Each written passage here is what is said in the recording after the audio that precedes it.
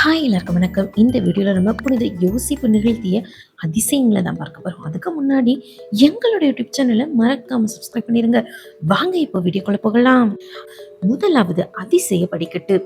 இந்த அதிசயம் அமெரிக்காவின் நியூ மெக்சிகோவில் உள்ள லொரேட்டோ தேவாலயத்தில் நடைபெற்றிருக்கு. இந்த லொரேட்டோ சபையை சேர்ந்த அருட் சகோதரிகள் தங்களுக்குன்னு சொல்லி லொரேட்டோ தேவாலயம் ஒன்று கட்டியிருக்கு. 1878 இந்த ஆலயம் கட்டிப்பிடிக்கப்பட்டிருக்கு.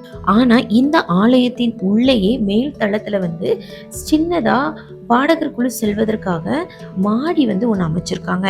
அந்த மாடிக்கு செல்வதற்கு படிக்கட்டுகள் இல்லாம இருந்திருக்கு. இதனால 22 அடி உயரத்துல மரப்படிக்கட்டு அமைப்பதற்காக தச்சர்களுக்கு எல்லாத்துக்குமே அழைப்பு விடப்பட்டிருக்கு. ஆனா பார்த்த எல்லா தச்சர்களுமே என்ன சொல்லியிருக்காங்க அப்படின்னா, ஏற்கனவே கோவில் சின்னதா இருக்கு, இதுல படிக்கட்டுகள் அமைத்தோம் அப்படின்னா இந்த படிக்கட்டுகளை இந்த கோவிலினுடைய எல்லா இடத்தையும் முழுமையாக ஆக்கிரமிச்சுக்கலாம். அதனால உங்களுக்கு தேவைப்படும் போது ஏணியை வைத்து ஏறிக்கோங்க அப்படின்னு சொல்லிட்டு இந்த பணியில இருந்து ஒதுங்கிக்கிட்டாங்களாம். என்ன செய்வதுனே தெரியாம முழித்த அருட் சகோதரிகள் என்ன செஞ்சிருக்காங்க அப்படின்னா, 9 நாட்கள் நவநாள் ஜபத்தை புனித யோசேப்பை நோக்கி ஜபிச்சிருக்காங்க. ஏன் அப்படின்னா யோசேப்பு தச்சர், அதனால இதுவும் தச்ச தொழில் சம்பந்தப்பட்ட ஒரு பணி அப்படிங்கிறதுனாலையும் புனித யோசேப்பை நோக்கி 9 நாட்கள் நவநாள் ஜபத்தை ஜபிச்சிருக்காங்க. இந்த 9வது நாள் நவநாள் அன்னைக்கு ஒரு மிகப்பெரிய அற்புதமே நடந்திருக்குங்க. 1ஆம் நாள் ஒரு கழுதையோட ஒரு மனிதர் தச்சு தொழிலுக்கு தேவையான எல்லா பொருட்களையுமே தன்னோட கைகளில் வைத்துக்கொண்டு அந்த லொரேட்டோ தேவாலயத்தோட முன்னாடி நிற்கிறாரு. அந்த அருள் சகோதரிகள் கிட்ட தனக்கு ஏதாவது வேலை கிடைக்குமா அப்படின்னு சொல்லி கேட்கிறாரு.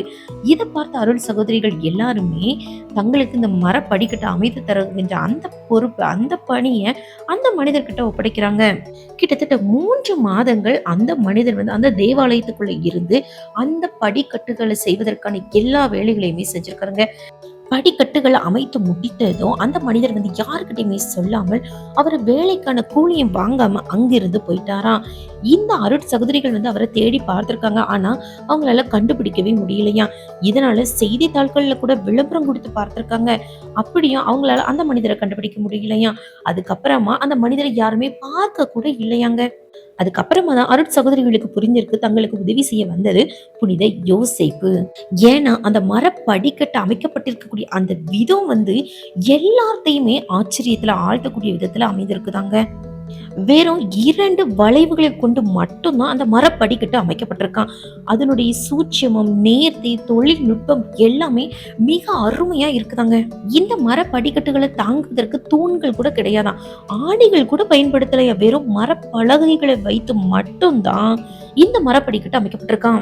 அது மட்டும் இல்லாம அந்த மரப்படிக்கட்டுகள் அமைப்பதற்கு பயன்படுத்தப்பட்ட அந்த மரம் இருக்குது இல்லையா, அது அந்த பகுதியை சேர்ந்த மரமே கிடையாதான். அது எங்கிருந்து வந்தது, எப்படி வந்தது, யாரால கொண்டு வரப்பட்டது அப்படிங்கிறதும் பலருக்கு இன்னும் புரியாத ஒரு மர்மமாகவே இருக்குதுங்க. அது மட்டும் இல்லாம அந்த மனிதர் அங்க வேலை பார்த்த அந்த 3 மாதங்களும் வெளியில கூட வரவே இல்லையா. அந்த 3 மாதத்துல ஒரு முறை கூட எந்த ஒரு அருட் சகோதரிகளும் அவரை பார்த்ததே இல்லை அப்படின்னு சொல்றாங்க. இந்த மாதிரி பலரும் ஆச்சரியப்படக்கூடிய மிகப்பெரிய அற்புதத்தை புனித யோசேப்பு அந்த அருட் சகோதரிகளுக்கு வழங்கியிருக்காரு. 2வது அதிசயம். இந்த அதிசயம் இத்தாலியில் நடைபெற்றிருக்கு. வரலாற்றினுடைய மத்திய காலத்துல இத்தாலியில உள்ள சிசிலி தீவுல மிகப்பெரிய பஞ்சம் ஏற்பட்டிருக்கு. அங்க வசிச்சுட்டு வந்த மக்களுக்கு மழையே இல்லாம வறுமையில தவிச்சிருக்காங்க. இந்த சமயத்துல தங்களுக்கு மழையை தந்து தங்களுடைய பஞ்சத்தை போக்குமாறு புனித யோசேப்பு கிட்ட பரிந்துரைச்சிருக்காங்க. தங்களுக்கு மழையை தந்து தங்களுடைய பஞ்சத்தை போக்கினால் அவரது நினைவாக மிகப்பெரிய விருந்து ஒன்று ஏற்பாடு செய்வதாகவும் ஏழை எளியோரை அழைத்து அவர்களுக்கு உணவு கொடுப்பதாகவும் வாக்குறுதியும் கொடுத்திருக்காங்க. இதனால இவங்களுடைய பரிந்துரையை ஏற்றுக்கொண்ட புனித யோசேப்பு இறைவன் கிட்ட பரிந்து பேசி மிகப்பெரிய மழையை அந்த மக்களுக்கு வழங்கியிருக்காரு. இதனால பஞ்சமும் விலகிருக்கு. இதனால அவங்க கொடுத்த வாக்குறுதியை நிறைவேற்றுவதற்காக ஒவ்வொரு வருடமும் மார்ச் 19ஆம் தேதியன்று மிகப்பெரிய விருந்து ஏற்பாடு செய்து ஏழை எளியோரையும் வறியோரையும் அழைத்து உணவு வழங்குறாங்க. இந்த விருந்து புனித யோசேப்பின் விருந்து விழா அப்படின்னு சொல்லி அழைக்கப்படுது. 3வது அதிசயம். தாகம் தீர்த்த நீரோச்சு. இது பிரான்ஸ்ல நடைபெற்றிருக்குங்க.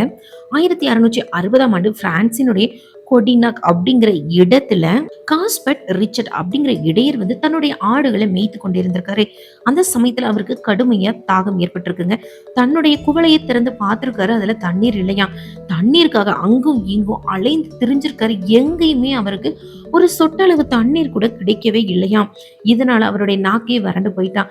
என்ன செய்யலாம் அப்படின்னு சொல்லி கவலையோட அமர்ந்திருந்தாராம். அந்த சமயத்துல அவரு முன்னாடி ஒரு வயதானவர் தோன்றினாராம்.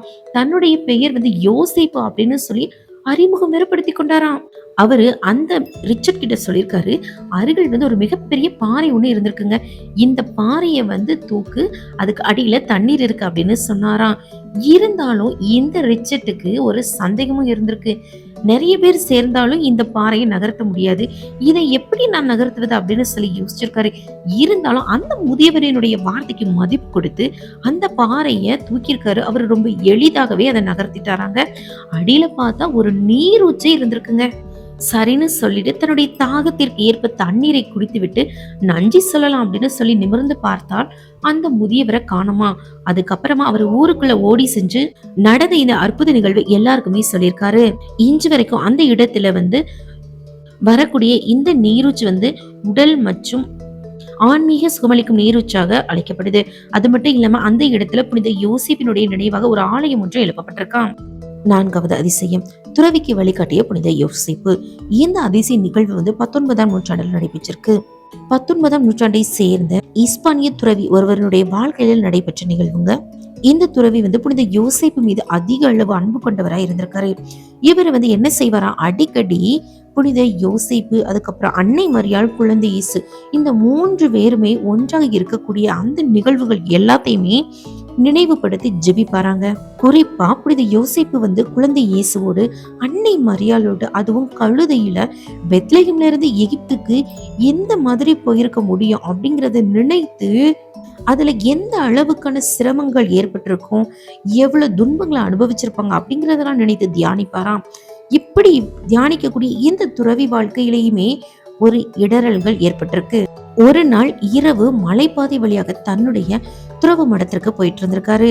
அந்த சமயத்துல தன்னுடைய பாதையை வந்து தவற விட்டுட்டாராம். அதுவும் இருட்டுல அந்த பாதையில தனிமையில வந்து கொண்டிருந்த இந்த துறவியுடைய மனதுல வந்து அங்கு உள்ள கொடிய மிருகங்கள் குறித்தும் வழிப்பறி திருடர்கள் குறித்தும் அச்சம் ஏற்பட்டிருக்கு. இதனால தனக்கு மிகவும் பிடித்தமான புனித யோசேப்பை நோக்கி ஜெபிக்க தொடங்கியிருக்காருங்க. அப்போ எங்கிருந்தோ வந்து ஒரு வயதான மனிதரும் ஒரு பெண்மணியினுடைய கையில வந்து ஒரு குழந்தையும் அவங்க வந்து கழுதையின் மேல் ஏறி வருவதையும் பார்த்திருக்காரு. தன்னுடைய அருகில் வந்து அந்த வயதான மனிதர்கிட்ட இந்த துறவி உதவி கேட்டிருக்காரு. என்னுடைய துறவு மடத்திற்கு செல்வதற்கான வழியை நான் தவற விட்டுட்டேன், நீங்க எப்படி செல்லணும் அப்படின்னு சொல்லி எனக்கு வழி காட்டினீங்கன்னா நான் விரைந்து போய் விடுவேன் அப்படின்னு சொல்லி கேட்டாராம். அதுக்கு அந்த வயதான மனிதர் சொல்லியிருக்காரு, நீ வந்து என்னை பின்தொடர்ந்து வா, நான் வந்து உன்னை கூட்டிட்டு போறேன் அப்படின்னு சொன்னாராம். ஏன்னா எனக்கு இந்த பாதை வந்து ரொம்ப நல்லாவே தெரியும். அது மட்டும் இல்லாம இந்த இரவு வேளையில இந்த கரடு முரடான பாதையில எப்படி செல்லணும் அப்படிங்கிறது எனக்கு நல்லாவே தெரியும் அப்படின்னு சொன்னாராம். இந்த துறவி அந்த வயதான மனிதரை பின்தொடர்ந்து செஞ்சாராங்க. சரியா இவருடைய துறவு மடம் வர்ற வரைக்கும் அந்த குடும்பம் வந்து இவருடைய பயணம் செஞ்சாங்களாம். துறவு மடம் வந்த உடனே அதிசயமாக அந்த கழுதையும் அந்த இளம் பெண்ணும் குழந்தையும் அந்த வயதான மனிதரும் மாயமா மறைந்து போயிட்டாங்களாங்க. அப்போதான் இவருக்கு புரிஞ்சிருக்கு, தனக்கு உதவி செய்ய வந்தது திருக்குடும்பம் அப்படின்னு சொல்லி புரிந்து கொண்டாராம். சரி, இந்த வீடியோ பற்றி நீங்க என்ன நினைக்கிறீங்க அப்படிங்கறத கீழே உள்ள கமெண்ட்ல மறக்காம கமெண்ட் பண்ணுங்க. இந்த வீடியோ உங்களுக்கு பிடிச்சிருந்துச்சுன்னா லைக் பண்ணுங்க, ஷேர் பண்ணுங்க, கமெண்ட் பண்ணுங்க. இது போன்ற மேலும் பல வீடியோக்களை காண எங்களுடைய யூடியூப் சேனலுக்கு மறக்காம சப்ஸ்கிரைப் பண்ணுங்க.